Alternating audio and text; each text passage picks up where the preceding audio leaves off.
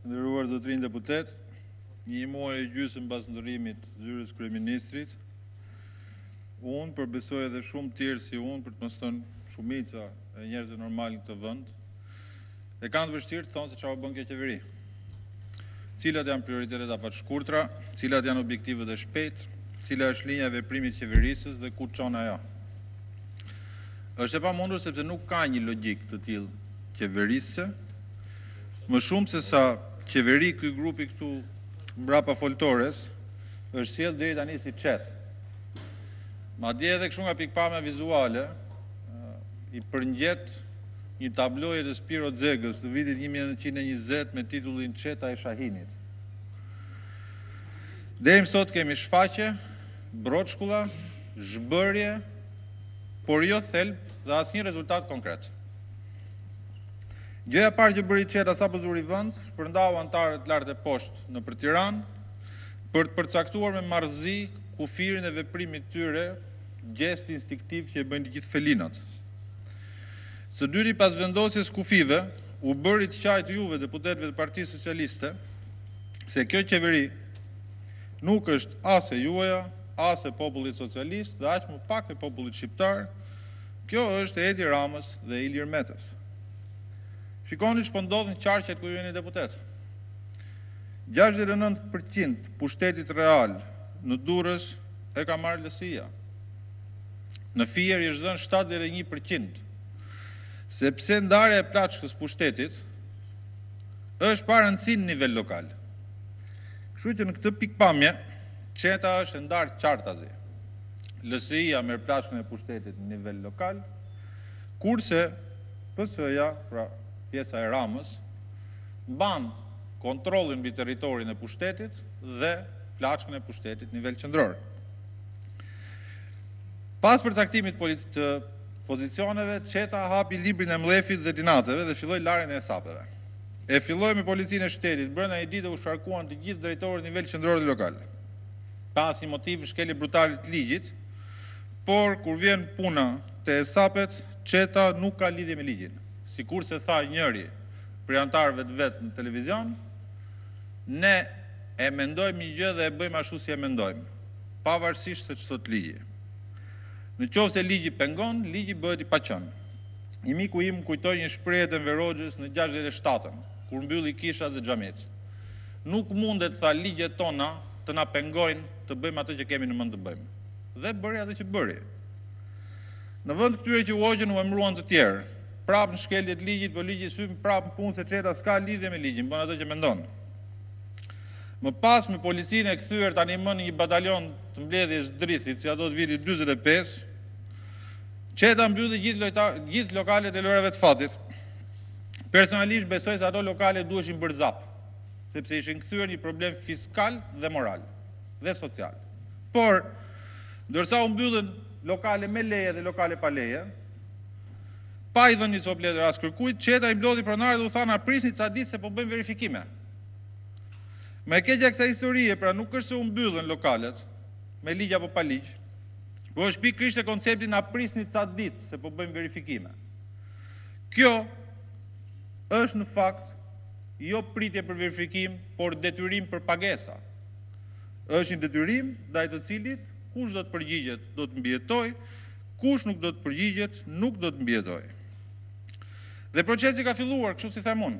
Njerëz të bojatisur, ndonjëherë edhe si demokrat, kanë filluar të bëjnë pazaret me përfaqësuesit krenar të Partisë Socialiste dhe me përfaqësuesit e lirë të Lëvizjes Socialiste për Integrim për zarfa për 300.000 euro që do të paguhen çdo muaj për të mbajtur në këmbë perandorit të palishme të lojrave të fatit.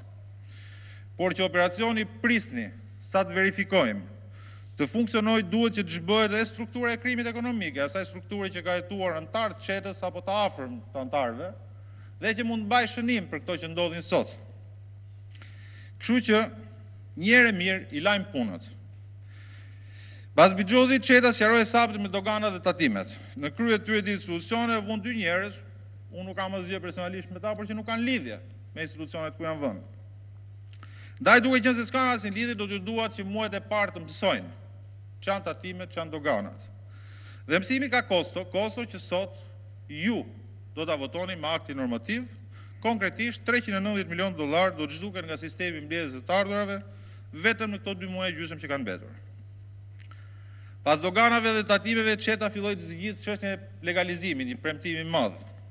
Siç kishte premtuar, duke rrethuar me shiritin e batalionit mbledhjes Drithi çdo godinë të Tiranës, pa dhënë asnjë cop letër.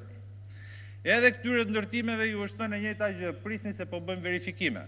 Pra, hajdeni dhe paguani. Pati një ngut Çeta për të bërë një show dhe vendosi të hedhë në një pallat diku ande nga Fakulteti Ekonomik. Mirë bëri që bëri, por problemi është që modeli që ata tentuan të aplikojnë është ai që din, ai 21 janarit, dhe vajtën dhe vunë bomba molotov te themelet e pallatit, por pallati nuk plotëzohet me molotov. Kështu që pallati nuk ra. Megjithëse u aplikua e njëjta metodologji që ky njeriu që komandon batalionet e ndjekjes e di mirë se ka aplikuar vetë 21 janar. Kështu që meqense nuk ra godina, fajin e ka Garda e Republikës. Sepse këtij tipit ju kujtua që kjo u bë godina e dytë që nuk bie. Para 2 vjet ishte një godinë tjetër që nuk ra me bomba molotov, tani na u bën 2, kështu që fajin Garda prapë duhet të ketë, çfarë bëjmë, do shkrim Gardën. Ka ligj, ne s'na duhet ligji, ne bëjmë atë që mendojmë të bëjmë. Kështu që iku dhe Garda. Përveç dimensionit lokal, Çeta e Shahinit, që qeverisë në Tiranë por asku tjetër, ka nevojë dhe për profil ndërkombëtar. Ndaj ndërkohë që Bashkimi Evropian deklaron që Shqipëria në sajt qeverisjes Partisë Demokratike ka përmbushur kushtet për trokitur në Bruksel, kryetari i Çetës shkon në Prizren dhe përbetohet për vokacionin otoman të Shqipërisë dhe për besnikërinë ndaj portës lartë. Marrëzi të tillë nuk ishte guxuar të bënte asnjë shqiptar që nga viti 1914, pra 99 vjet rresht, asnjë shqiptar nuk ishte thënë budallëk të tillë. Dhe ku e tha? Në Prizren, e dëgjova në takimin, po të përdor terminologjinë e kryetarit të Çetës, me mikun Thaçi dhe me vllajën Erdogan. Atje e dëgjova. E bëri kryetari i Çetës pra. Të gjitha këto operacione tani ka nevojë për financa, se gjithë këto operacione të Çetës nuk mund të bëhen pa para. Mirë po, meqense çunave ju duhen lek, dhe problemi është që nuk kemi një kalkulim, se është ende herët, 2 muaj pushtet nuk ka një kalkulim real sa ju duhen për të bërë këto punët të qeverisë. Kështu që kanë zgjedhur këtë pikë të marrin modelin e zotit Nano, ku edhe zoti Meta, edhe zoti Rama kanë qenë ministra në qeverinë e Nanos.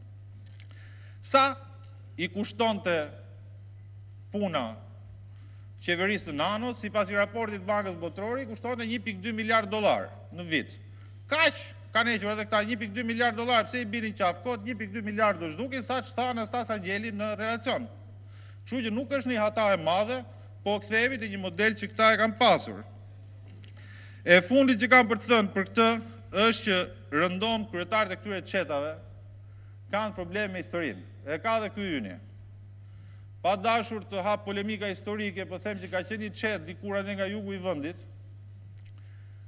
të cilën këtej nga Shqipëria e mesme e dinin për patriote, po në fakt po të shkosh nga fshatrat e Lunxhit apo të Përmetit, do të thonë që ishte vetëm i batakshi plakçikitës. Për këtë personazhin ka këngë në të dyja vendet. Ka këngë edhe si patriot, ka këngë edhe si plakçikitës. Sigurisht që mund të keni të njëjtin fat, por këngët do t'i keni të njëjtshme.